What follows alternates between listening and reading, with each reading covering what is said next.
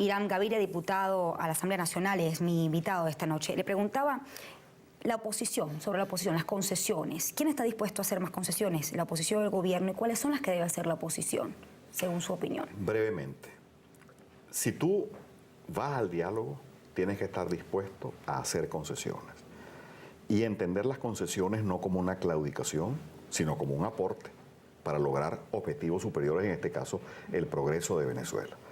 El gobierno tiene la primera palabra en propiciar ese clima y hacer las concesiones. ¿Quién tiene más necesidad de diálogo hoy en día? Los venezolanos. Los venezolanos todos, Shirley. Esto no es un problema del gobierno o de la oposición. Los venezolanos todos.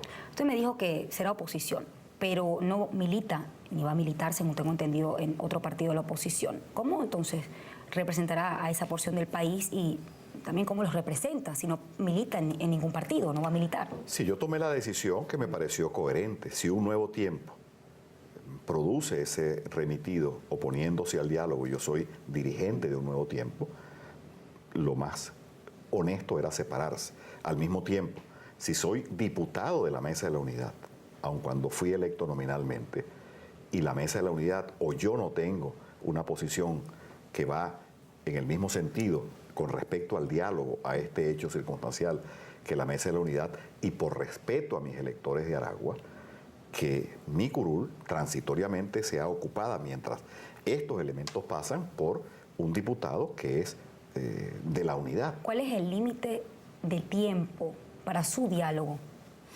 No hay, pero hay que producir resultados en el corto plazo, porque no podemos seguir creando una situación o alimentando una situación de ambigüedad. Yo tengo que despedir, pero en toda la entrevista recordé a Franklin Brito, porque además usted fue ministro de Agricultura, ha estado vinculado y tiene conocimiento en el campo.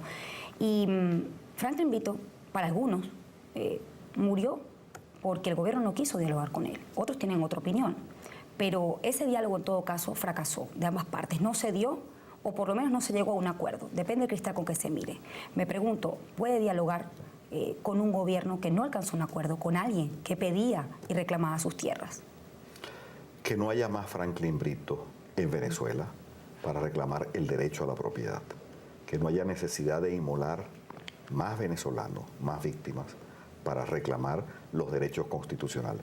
Eso es lo que anima a quienes estamos con esta creencia y con esta actitud. Si el diálogo fracasa, ¿en qué situación quedaría usted?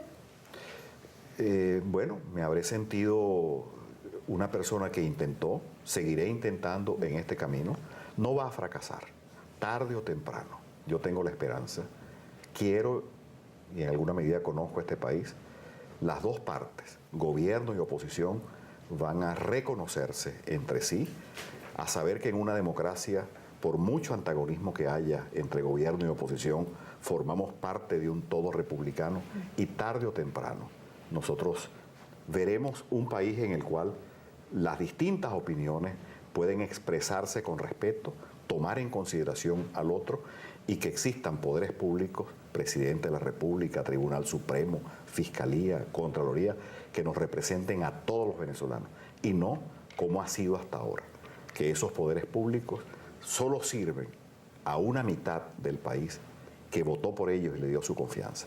Yo aspiro a un país integrado y tarde o temprano ese país se va a producir y no habremos arado en el mar en esta iniciativa que ha sido riesgosa, costosa, pero en la cual creo firmemente. Todo el tiempo dirá si esto tiene o no un costo político para su carrera. Gracias por habernos acompañado esta noche. Gracias a ustedes por habernos acompañado. Hasta mañana. Gracias.